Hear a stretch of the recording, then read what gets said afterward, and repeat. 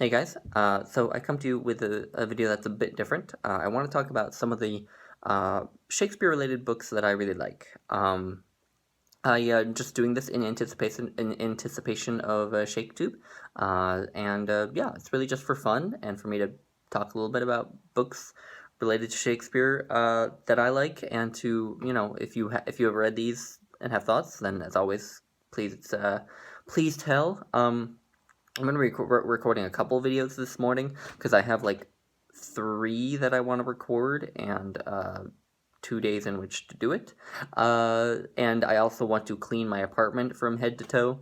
And as I'm sure all you book lovers will relate, like 80% of that for me is putting random books back up on the shelf, and it'll be much easier to do that if I can just put them up there and leave them up there, and forget about them, because if I record this video after cleaning, then I'll be, cleaning, which will involve a lot of putting books back up on the shelf, and then if I record a video after cleaning, I'll be taking those books back down off the shelf to do a video, and then I'll be forced to put them back on once again. So it's just a bit more efficient for me to record this video and then clean. So yeah, anyway, so I'm going to talk about 2 complete works of Shakespeare, different editions of the complete works of Shakespeare, and I'm going to be talking about some books about Shakespeare's plays. I have 1 biography. So anyway, starting with the complete works, this is a very basic complete works of Shakespeare. I got it from my parents. It seems like even people who don't love Shakespeare or aren't necessarily even like big readers tend to have a complete works of Shakespeare, which I've always found very interesting. I mean, it's just kind of a testament to how influential he is. The fact that even non-readers feel obligated to have a complete works of Shakespeare, kind of like how people who don't read also have like a Bible in their house. Even people who don't read who aren't religious will have a Bible in their house. Which again, it's just interesting. And yeah, I personally don't read from this that often. It's cumbersome, I mean, it's huge, you kind of feel like you have to be reading from a podium or something. It's also double columned, and I don't love double columned books. I suppose this might be useful if you're really studying a play and perhaps switching back and forth between different plays, or between plays and sonnets, or between plays and narrative poems, because this, of course, also has all this poetry. So yeah, but this is pretty essential for some reason as sort of a show that you're a Shakespeare fan because you have a complete works, and that's mostly why I have it. So yeah, that's the complete works. My preferred volume of the complete works is the Riverside Shakespeare, and I do really like this, and occasionally do read from it actually. And the reason for that is because it has a lot of really great introductions. There is an introduction, a relatively short introduction to each play. That they're sort of not too long so that they're not overwhelming, but but they're long enough to really be substantive. And I have gotten a lot out of some of the introductions from this volume, and they just make for great reading in their own right. And this volume also has really nice textual notes. So at the bottom right there, you can see just explanatory notes on archaic words whose meaning has changed, phrases that might be difficult to understand, and stuff like that. So yeah, I love this volume, and it has those same introductory materials and annotations for the sonnets and other poems as well. So yeah, this is probably my favorite complete works of Shakespeare. All right, moving on to books about Shakespeare. This first one is pretty kind of a populist, I almost want to say. I don't mean that word derogatorily at all, but it's the Essential Shakespeare Handbook. This is edited by Leslie Dutton Downer and Alan Riding, and so in this volume just has sort of an entry in it for each of Shakespeare's plays, and it'll have, so this is King John, it'll have a brief little introduction, a brief little discussion of the writing of the play and the first productions of the play, a timeline at the bottom about when the play was first performed, and then it'll have an introduction to all of the characters, And then it'll have a brief act-by-act summary. And then after that, there is sort of a brief discussion of the major themes of the play. Very brief. It's all very sort of this is a very beginner level sort of text. I could see people who are just wanting to get their feet wet in Shakespeare and maybe want something a bit deeper than just reading the play on a surface level. And of course, reading the play on a surface level is absolutely fine. But if someone is looking for something more substantive that isn't overwhelming, then this might be good. But anyway, after you have the essay about interpreting the play, you have a little introduction to major productions of the play, which I always find rather interesting. So yeah, and it has that for all of Shakespeare's plays, and I still go to this every now and then if I need a plot summary, rather than going to the internet, just because of those extra materials, they can also be helpful. So yeah, I like that one.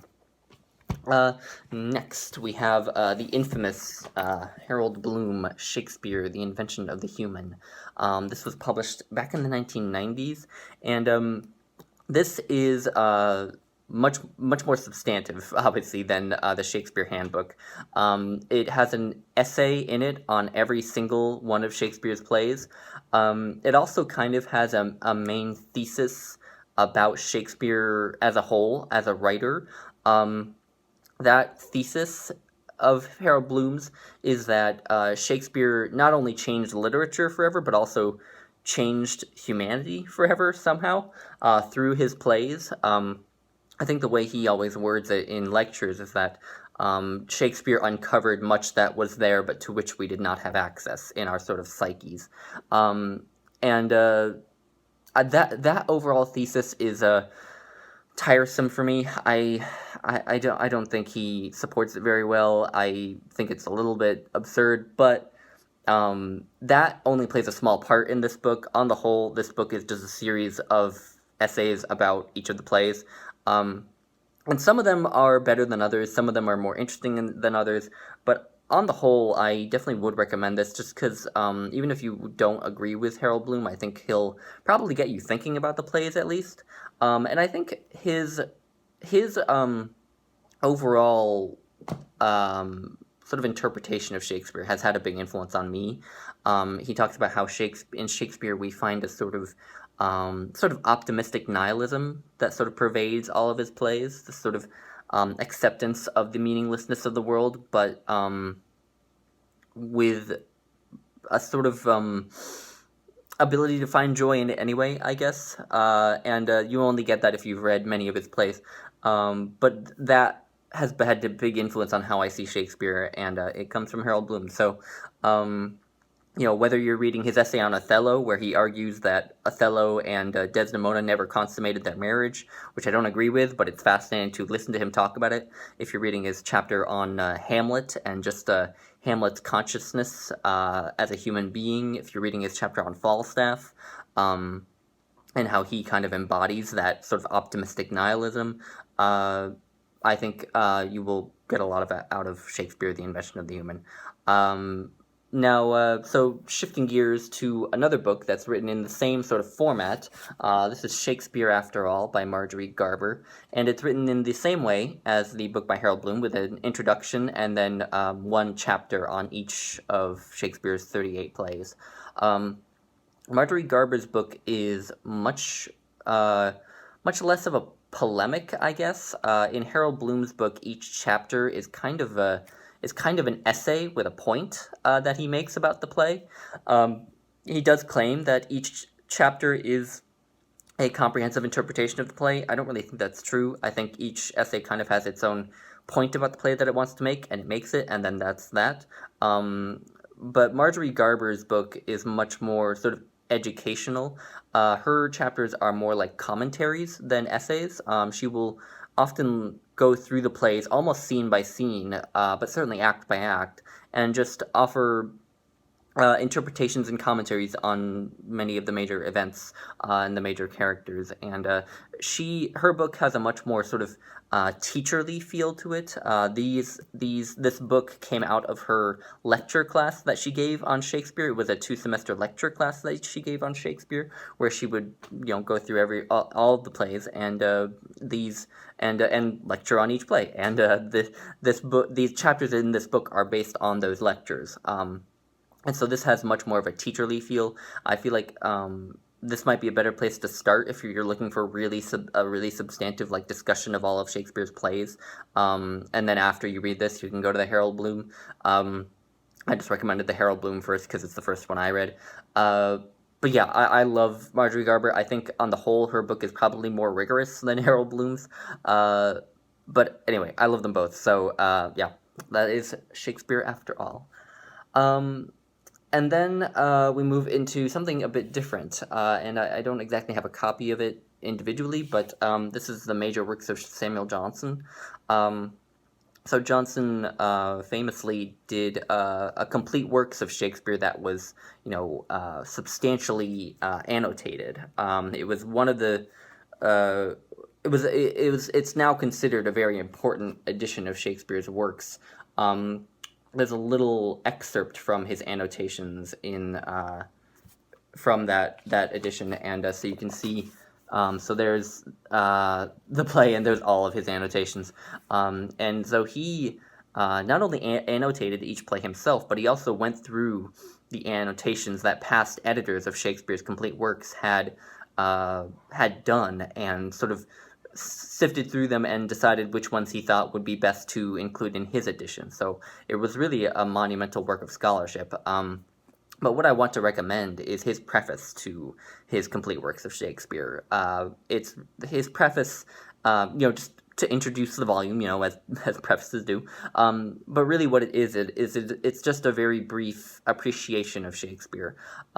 He extols Shakespeare's virtues, of course, but he also talks about Shakespeare's flaws, of which there are many.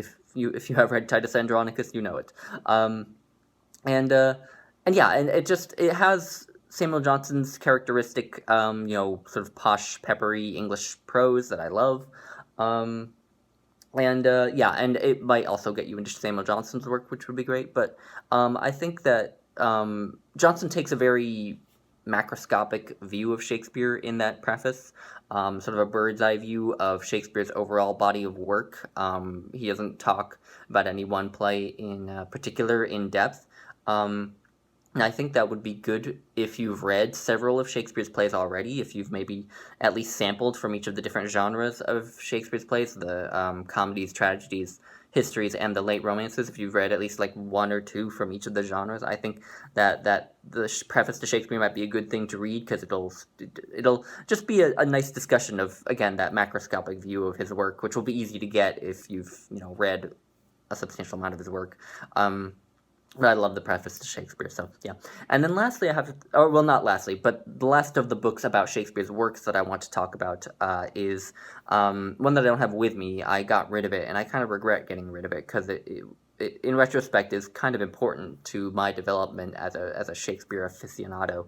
But it's an introduction to Shakespeare by Marchette Chute. Marchette Chute was a scholar who was well known as a Shakespeare scholar, a Ben Jonson scholar, a Chaucer scholar. I actually have a biography of Chaucer that she wrote on my shelf. And this introduction to Shakespeare that she wrote is really slim. I think it's just over 100 pages. You can read it in one sitting.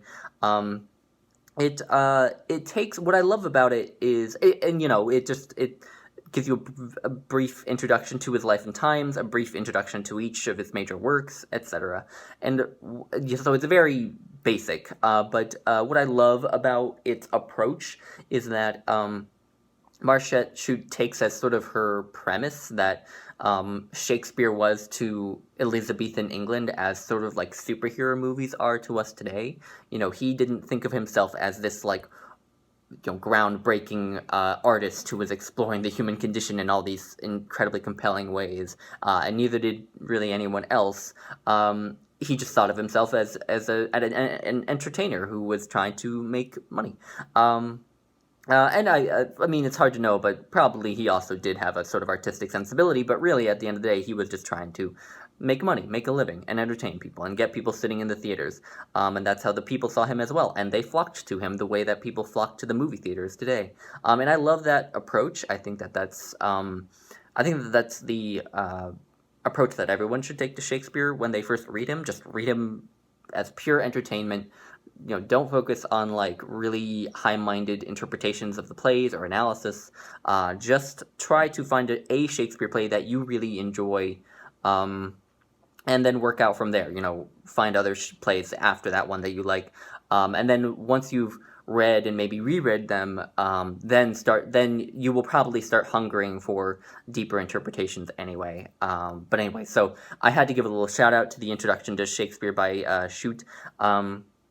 I don't know if I can quite like recommend it because again it's pretty basic and I think it's out of print.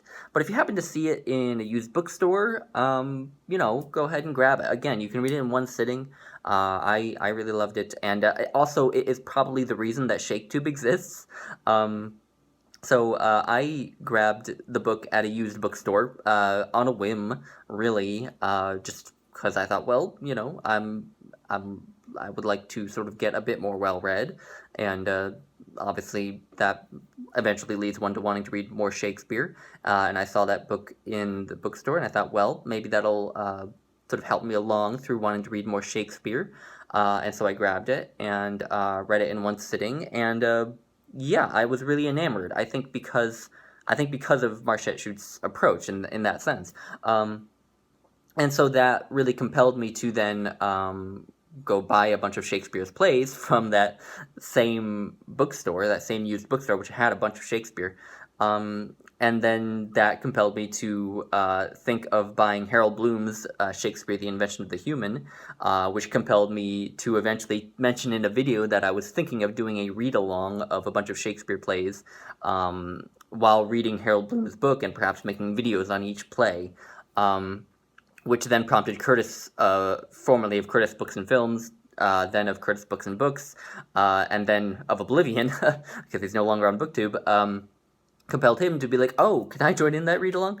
And then I was like, well, sure, why not? And then from there, people just started flocking to this Shakespeare read-along, as it was first called, and then Steve Donahue proposed the name ShakeTube, and now here we are. So that's also why I wanted to shout out that book, because it probably is the reason that ShakeTube actually exists. In a sort of deep sense, indirect perhaps. But anyway, so moving on to the last book that I have here, which is Shakespeare by Anthony Burgess. And this is his biography of Shakespeare. It is rather short. I think it doesn't even reach 300. Yeah, it's not even 250 pages. And really, this was just Anthony Burgess's attempt to put into writing everything that we do know about Shakespeare, and then sort of fantasize about what we don't quite know about Shakespeare. You might think that doesn't sound rigorous, but the fact of the matter is that we know almost nothing about Shakespeare. So really, any biography of him is going to be filled with tons of speculation and deductions that no one can be certain are true.